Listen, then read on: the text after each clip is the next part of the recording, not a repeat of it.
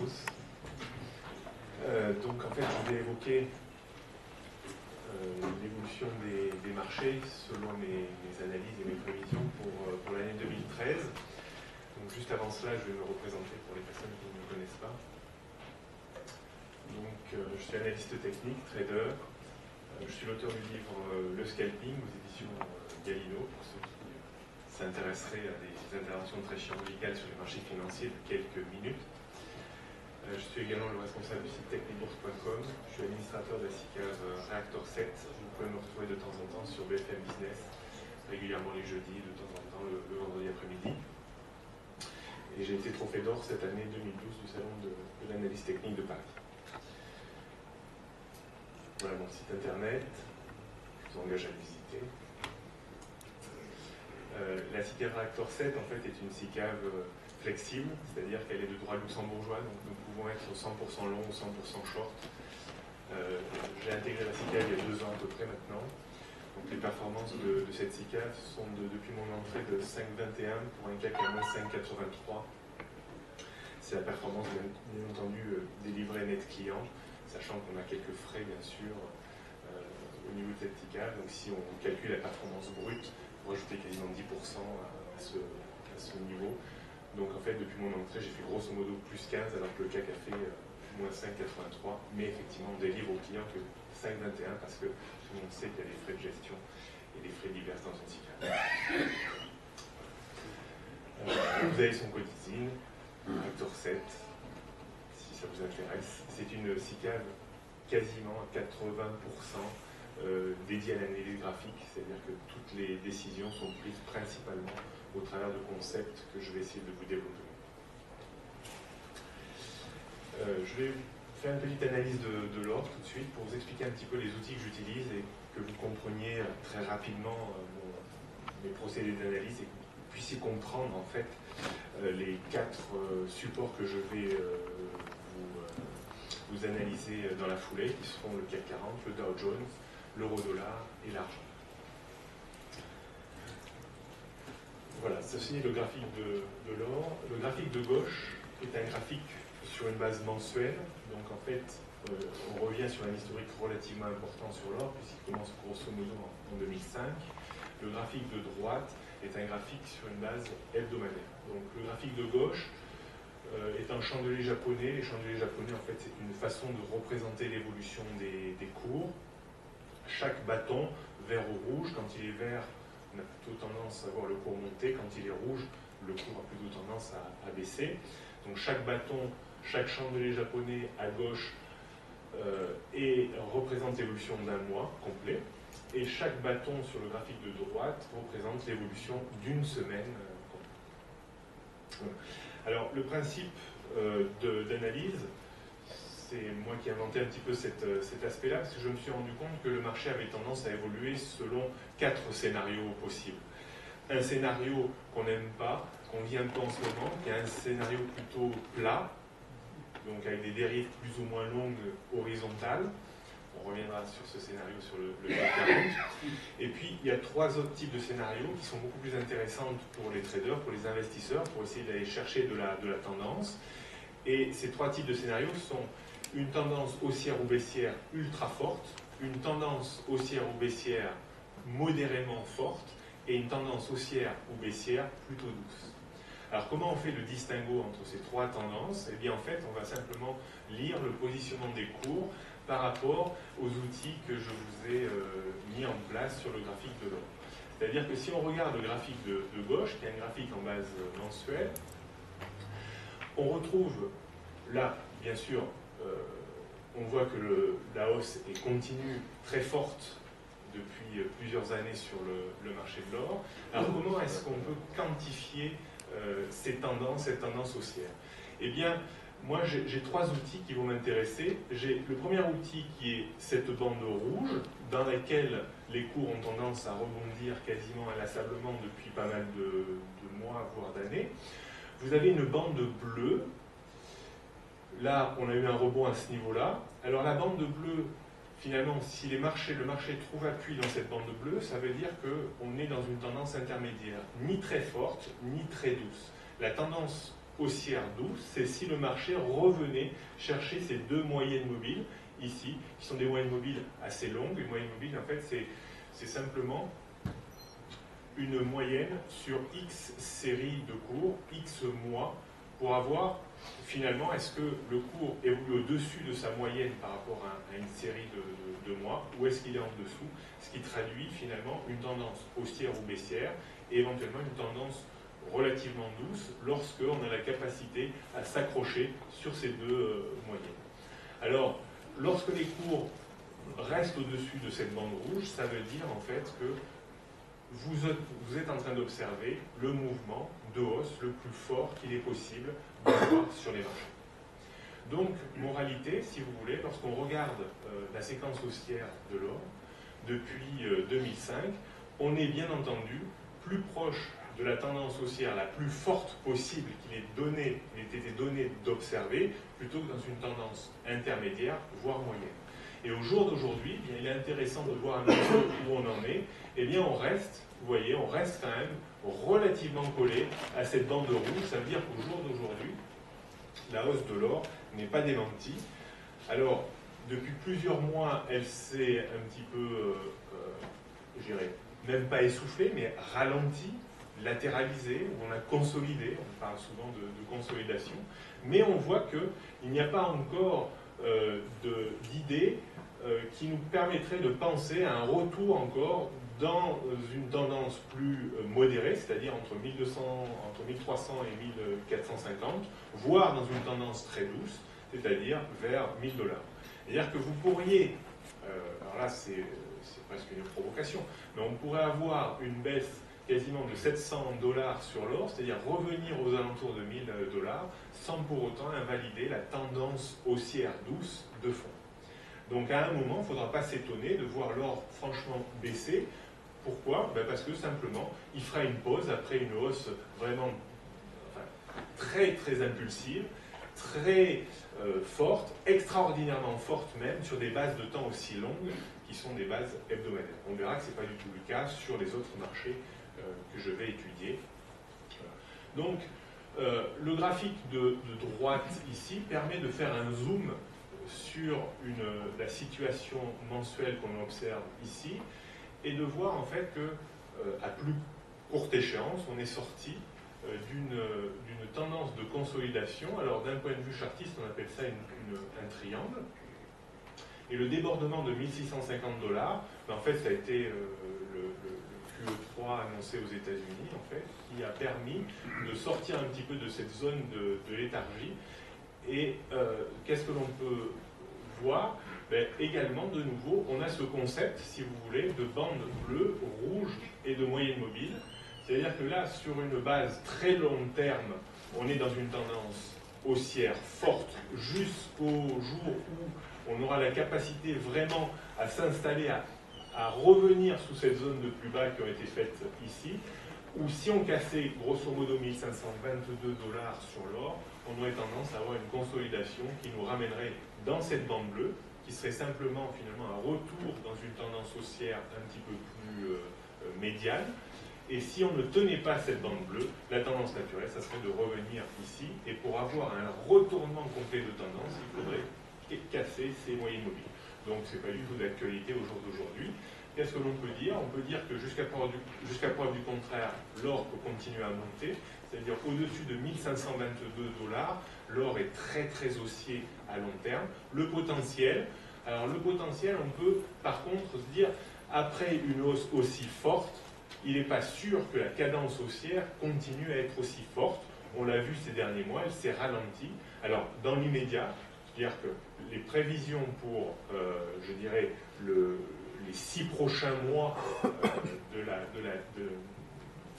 début d'année prochaine, c'est-à-dire qu'il y a une grande probabilité qu'on observe une poursuite un petit peu du mouvement de hausse de l'or, mais pas dans les proportions, à mon sens, qu'un grand nombre de personnes attend. Je pense que cette hausse devrait être localisée entre 1800 $ et les plus hauts qui ont été atteints, 1900 $. On peut toujours avoir un pic sur un niveau psychologique à 2000 $, mais je n'en suis pas réellement certain. Pourquoi?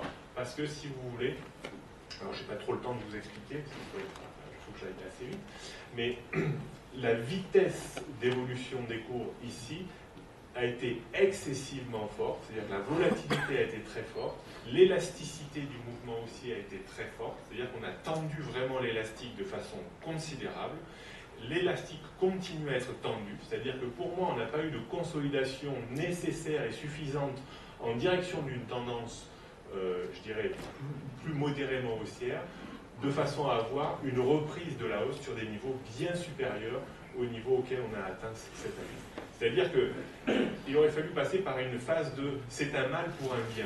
C'est-à-dire qu'il aurait fallu une consolidation de l'or ces derniers mois un peu plus profonde pour que les points d'appui un peu plus bas soient beaucoup plus solides, de façon à ce qu'on puisse monter bien plus haut par la suite. C'est-à-dire que cette phase de consolidation, pour moi, a été pas assez importante pour voir dans les mois qui viennent l'or monter de façon nettement, beaucoup plus importante, ou conformément à ce qui a déjà été fait, que beaucoup de personnes la prévoient à 2000, 3000, 4000, j'ai même vu 10 000, 20 000 sur l'or. Je pense que là, c'est quand même un petit peu ambitieux pour le moment. Donc, surveillez le niveau 1522 $. Alors, par rapport à ce qu'a dit Ludwig, il est toujours ce que je pourrais vous conseiller par rapport à l'utilisation de turbo, c'est que votre barrière désactivante doit toujours être située en dessous de votre stop de protection. C'est-à-dire un stop de protection, c'est le niveau en deçà duquel votre stratégie va être invalidée. D'accord ? Donc, si on pense que l'or va monter, et moi je suis très positif sur l'or, tant qu'on reste au-dessus de 1522 $. C'est-à-dire qu'à chaque fois que vous allez acheter des turbos, call, il faut essayer d'avoir une barrière désactivante qui est en dessous de 1522 $. Donc, si l'or devait consolider, revenir un petit peu dans des zones plus basses, ça serait à ce moment-là qu'il serait très opportun d'acheter des turbocalls, parce qu'on aurait certains turbocalls qui nous permettraient d'avoir une barrière désactivante bien en dessous de 1522 $. Voilà. En fait, ce qui est très important, l'analyse technique est là pour essayer de vous donner des niveaux sur lesquels le marché risque de rebondir, ou des niveaux qui invalident le scénario que vous pensez qui va se développer devant vous. Donc, faites très attention au niveau technique sur lesquels vous allez acheter ou vendre des turbos. Acheter plutôt des turbocalls. Donc en fait, on va essayer de raisonner selon ce principe de moyenne mobile qui calibre une tendance douce si on s'approche de ces moyennes mobiles, de tendance modérément haussière si on rebondit dans les bandes bleues, et de tendance très haussière si on rebondit dans les bandes rouges. Alors on va passer au CAC 40 rapidement. Eh bien le CAC 40, c'est un marché, si vous voulez, un petit peu que je qualifierais de souffrance actuellement, une double souffrance. Souffrance, pourquoi? Parce que vous voyez que depuis 2009, on est en dessous de ces moyennes mobiles, donc on est dans une tendance qui est clairement baissière jusqu'à preuve du contraire et encore au jour d'aujourd'hui, et on voit que le marché, finalement, a adopté des tempéraments de baisse très fortes, cadencés un petit peu par les bandes rouges, mais ces tempéraments de baisse très forts ont alterné avec des corrections techniques qui ont quasiment systématiquement buté dans la bande bleue, qui est une tendance baissière douce. Alors au jour d'aujourd'hui, si vous voulez, on arrive de nouveau contre la bande bleue, qui est finalement le niveau qui va bloquer la hausse du CAC 40 et qui a une grande chance de le renvoyer plutôt vers le bas. Alors il faudrait, pour que la situation s'améliore au niveau du CAC 40, qu'on ait la capacité à déborder cette bande bleue qui passe finalement entre 3500 et la borne haute 3700 points, disons. Il faudrait qu'on arrive vraiment à s'extraire de cette zone pour espérer une reprise technique sur la moyenne mobile de la tendance baissière douce qui se situe entre 4000 et 4173 points. Alors il y a un autre facteur qui est un petit peu douloureux, et c'est pour ça que le CAC depuis plusieurs mois ne fait plus grand-chose, c'est que d'un point de vue technique, on évolue de plus en plus dans une situation en triangle. C'est-à-dire que plus on avance, et moins la volatilité est importante, et plus les mouvements sont de plus faible amplitude. Par contre, ça a un avantage. C'est-à-dire que le jour où on va sortir à la hausse ou à la baisse, là on va avoir de nouveau des potentiels de hausse ou de baisse très importants. Alors la théorie d'un triangle, il faut faire attention quand même à ne pas trop conclure trop vite, mais il y a 60% de chances que la sortie se fasse par le bas, et il y a 40% de chances que la sortie se fasse par le haut. C'est-à-dire qu'on a dans cette structure-là un biais un peu plus baissier qu'haussier. Pour deux raisons. De par la personnalité de cette structure qui inspire un peu plus la baisse que la hausse, et de par la tendance en place qui est toujours baissière puisqu'on est en dessous des niveaux qui définissent une tendance baissière.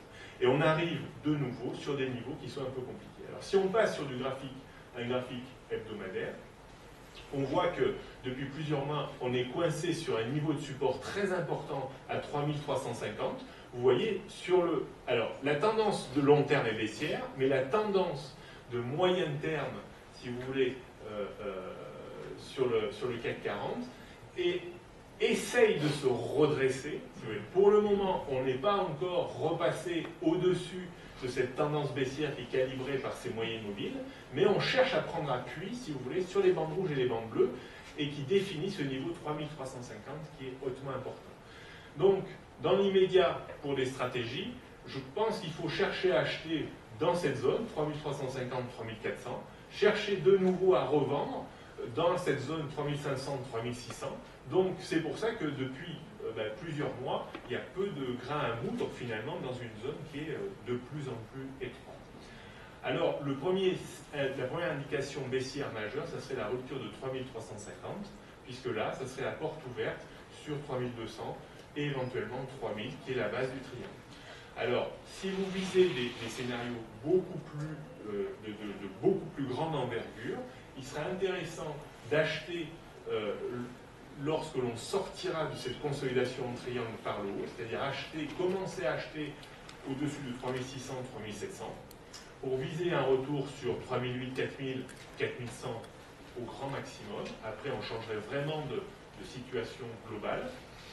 Par contre, celui qui mise sur une continuation de ce mouvement reviendrait à l'achat sur 3000 points pour viser un potentiel bien plus important qu'actuellement, c'est-à-dire de 3000 à 3006. Par contre, la rupture de 3000, 2900 3000, attention, là, ça serait de nouveau le début des ennuis avec un risque de retour effectivement vers 2500 points, qui est un niveau de support très important, qui est le point bas de grosso modo 2000. Voilà.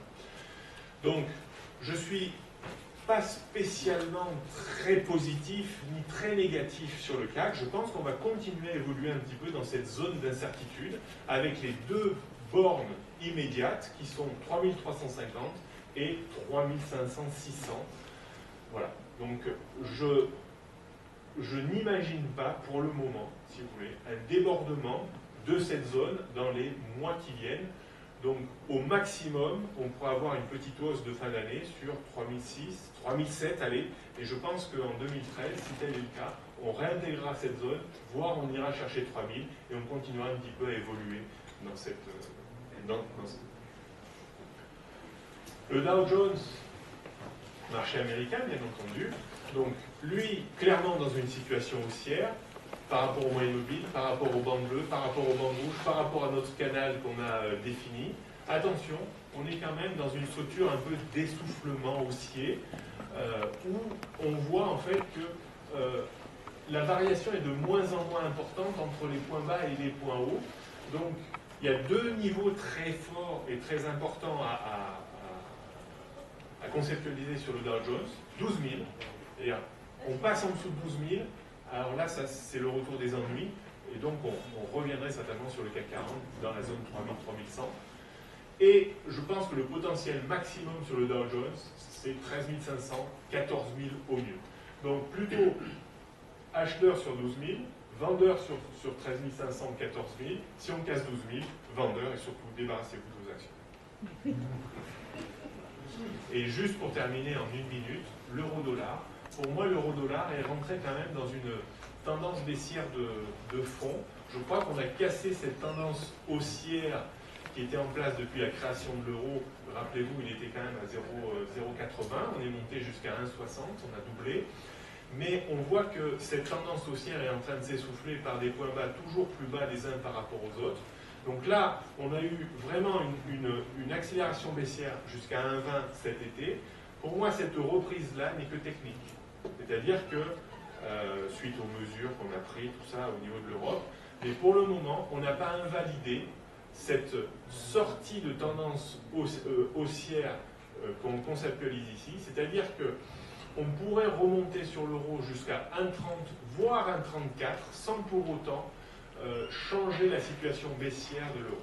Par contre, faites très attention, la rupture de ce point bas récent, là, vers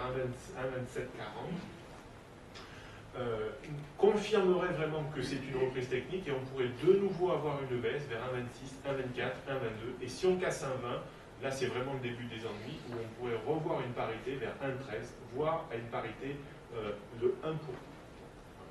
Je suis plutôt baissier sur l'euro à terme, même si on a encore un petit potentiel de hausse à court moyen terme, mais à plus longue échéance, je suis baissier. Ça veut dire que avec un euro baissier, on aura quand même du mal à voir des marchés d'actions remonter de façon très importante. Donc faites très attention, profitez de toutes les reprises de marché. Tant qu'on ne s'installe pas clairement sur le CAC au niveau de 3600, 3700 points, soyez très méfiants et jouez plutôt le range 3350, 3600. C'est un petit peu comme ça que je travaille moi sur la suite.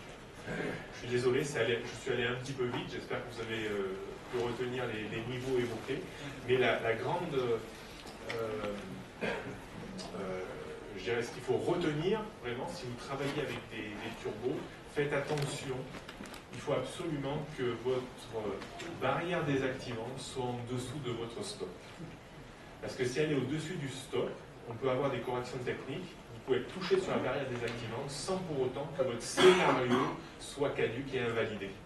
Donc c'est vraiment une double sécurité. Choisissez bien vos niveaux d'entrée par rapport au niveau que je vous ai évoqué. Et faites très attention, votre barrière désactivante doit être en dessous, pardon, votre stop, votre barrière désactivante doit être en dessous de votre stop, c'est plus prudent. Je vous remercie. Si vous avez des questions, je suis encore dans le pouvoir.